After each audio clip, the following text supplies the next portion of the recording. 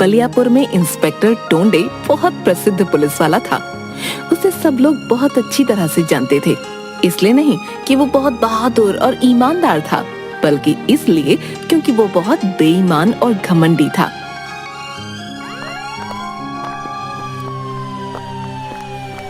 टोंडे एक हवलदार के साथ राशन की दुकान पर जाता है।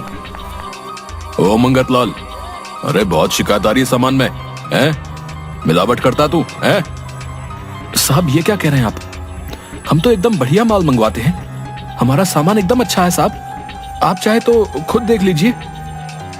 ओ सेठ ओ, मुझे इतना मत सिखाओ, समझे? तेरे को पकड़कर जेल में भेज दूंगा। राशन में मिलावट करता है और मुझे सिखाता है। नाम भूल गए क्या हमारा? इंस्पेक्टर टोंडे, समझे? इंस्पेक्टर टोंडे। पर सर जी दया करिए, आप जो बोलेंगे वो मैं करूंगा। देख, अगर तू जेल गया तो तुम्हारा बहुत खर्चा होगा। वो मुझे दे दे, मैं तुझे छोड़ दूंगा, वरना जेल जाएगा तू। हम कर भी क्या सकते हैं? इस राक्षस का तो अब हर महीने का यही हो गया है। मंगतलाल टोंडे को पैसा दे देता है।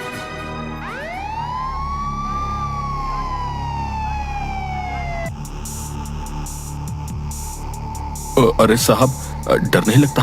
किसी ने कंप्लेंट कर दी तो? झंझोड़ कर। अरे झंझोड़ सिंह, तुमको पहले ही डिपार्टमेंट ने झंझोड़ रखा है। चुपचाप साथ रहो और मजे लो, समझे? मुझसे बहस कर रहा था।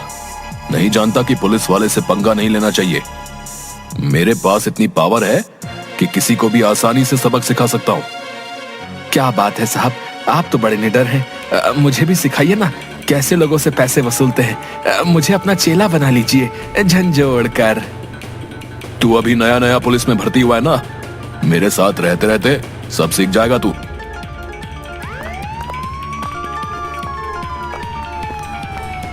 टोंडे पुलिस की वर्दी का गलत उपयोग कर रहा था। समोसे की दुकान पर। अरे मंगलू, चाय समोसा दे, चाय एकदम कड़क बनाना। अरे मालिक, आइए आइए आइए आइए। गुड्डू, साहब के लिए 2 प्लेट समोसा लगाओ, गर्मा गर्म, और साथ में चाय। मंगलू अपने बेटे गुड्डू को चाय समोसे देने भेजता है। खा पीकर टोंडे जाने लगता है।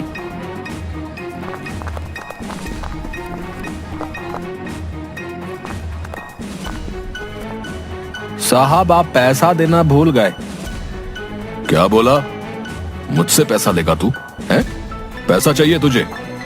मंगलू दौड़ता दौड़ता आता है। अरे साहब, माफ कीजिए, इसको नहीं पता कि आप कितने बड़े साहब हैं पुलिस के। छोटा बच्चा है, माफ कर दीजिए।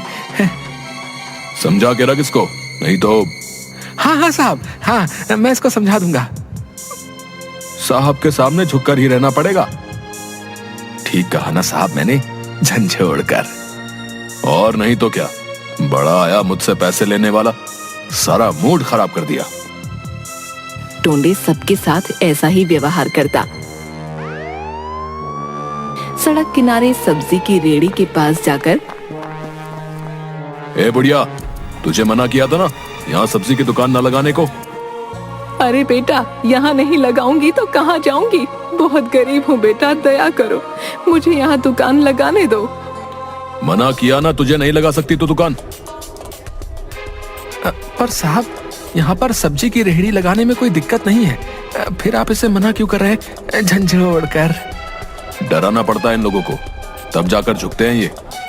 बेटा, मैं बहुत गरीब हूँ, किसी तरह अपना पेट पालती हूँ, दया करो, बहुत दुआएं दूंगी तुम्हें। दुआ लेकर क्या करूंगा मैं? जानती नहीं मैं क्या कर सकता हूँ? चल जा, नहीं तो 1000 रुपए दे। सब्जी वाली दुखी होकर घर चली जाती है। घर पर उसकी एक अपाहिज पोती थी जो बैसाखी के सहारे उसके पास आती है। दादी, आप इतनी जल्दी क्यों आ गईं? क्या बताऊं बेटी, अब मैं वहाँ सब्जी नहीं बेच पाऊंगी। पर क्यों दादी, वहाँ क्या दिक्कत है? वहाँ तो बहुत से लोग सब्जी बेचते हैं और आप तो बहुत अच्छी सब्जियाँ रखती हैं। हम गरीबों का कोई सहारा नहीं होता बेटी, शहर के बड़े पुलिस वाले ने मुझे वहाँ सब्जी की रेहड़ी लगाने से मना कर दिया। वो मुझसे पैसे मांग रहा था, तभी वहाँ सब्जी बेचने देगा। मैंने कहा मैं गरीब हूँ, कहाँ से पैसे लाऊंगी? अब घर का कैसे खर्चा चलेगा? मैं तुझे क्या खिलाऊंगी? आप रोइए मत दादी, मेरी चिंता बिल्कुल मत कीजिए, मुझे बिल्कुल भूख नहीं लगती। चलिए दादी, हम पुलिस अंकल को बोलते हैं, वो हमारी बात जरूर मान जाएंगे। नहीं मेरी बच्ची, वो नहीं मानेगा। मुझे माफ करना, मैं तेरा ख्याल नहीं रख पा रही। दोनों दुखी होकर रह जाती हैं।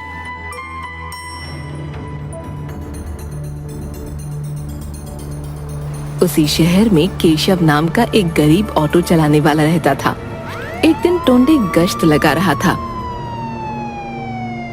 तभी वहां केशव अपने ऑटो से गुजर रहा था। टोंडे उसे रोक लेता है और चालान मांगता है। हाँ भाई, गाड़ी के पेपर दिखा। साहब मेरे पास सब पेपर हैं, आप देख लीजिए। हाँ तो क्या, 1000 रुपए दे, तेरा चालान कटा है। 1000 रुपए किस बात के साहब? मेरे तो सारे कागज सही हैं।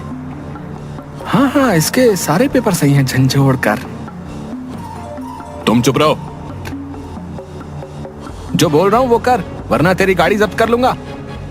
पर ये गलत है साहब, मैं क्यों दूं आपको पैसे? पैसे मैं नहीं दूंगा, ये आप लोग गलत कर रहे हो।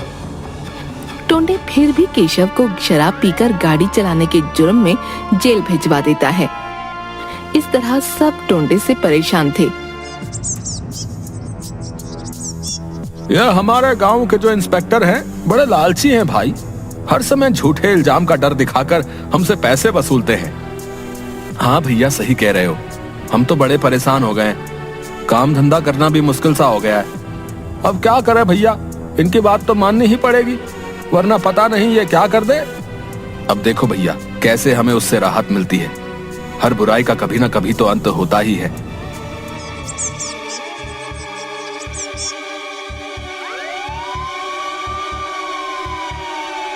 सच ही कहा गया है, हर बुराई का अंत जरूर होता है।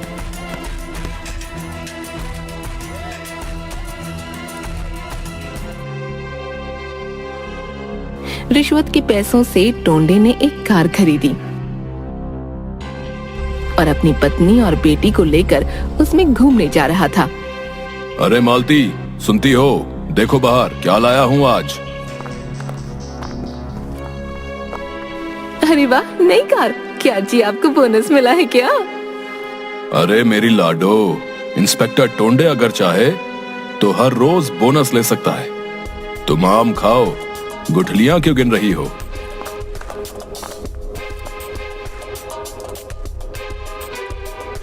कैसी लगी ये कार मेरी गुड़िया को?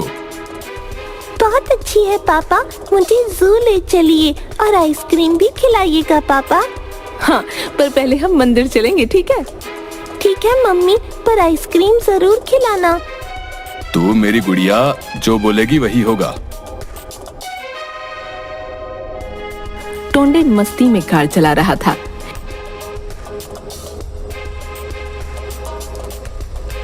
अचानक सामने से ट्रक आता है, जिसका ड्राइवर नशे में था। बहुत तेज गाड़ी चला रहा था। ला ला ला ला ला, आज मौसम है सुहाना, दारू पीने का है बहाना। ला ला ला ला ला। टोंडे की गाड़ी का संतुलन बिगड़ जाता है, वो एक पेड़ से टकरा जाती है। उसकी बेटी को ज्यादा चोट लग जाती है। तभी वहाँ केशव अपना रिक्शा लेकर गुजर रहा था।